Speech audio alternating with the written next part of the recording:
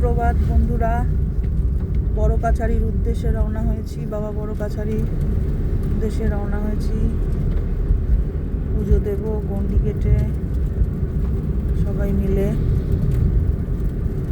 যাচ্ছি এখন বাড়িতে। 5টায় বেরিয়েছি, এখন 9টা বাজে, বুঝতে পারছি না। অলমোস্ট এগিয়ে এসছি। রাস্তা সুন্দর, সামনে রাস্তা, যাচ্ছি। আমার বর যাচ্ছে, মা যাচ্ছে, আমার ছেলে হাঁ করে ঘুমাচ্ছে, রাহুল যাচ্ছে চালিয়ে।